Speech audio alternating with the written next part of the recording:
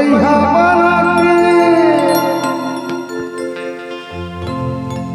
तै छोड़ दे बेटा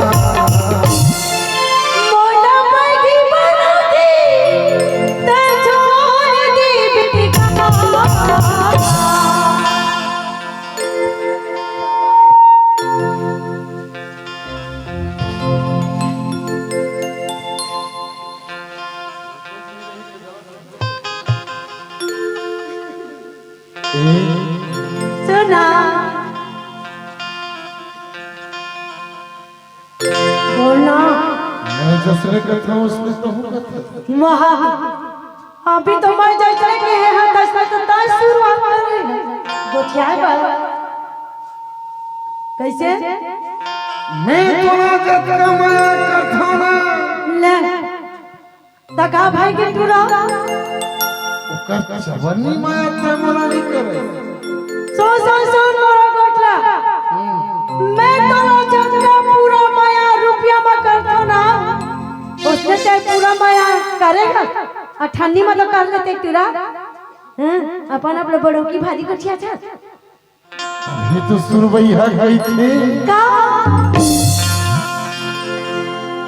मोला भैया मारा के छोड़ दे मोला भाई बना के छोड़ दे बेटा भैया मारा के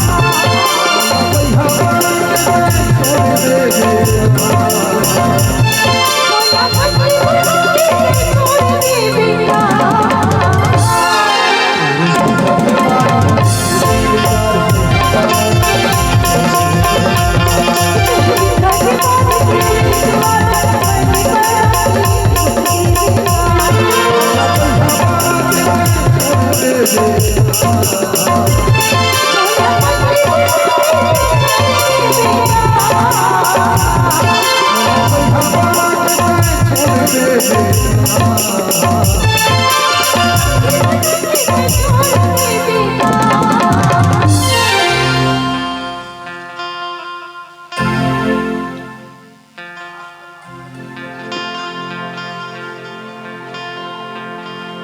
तोरी बिखरते बारी तेरी यारी हवाना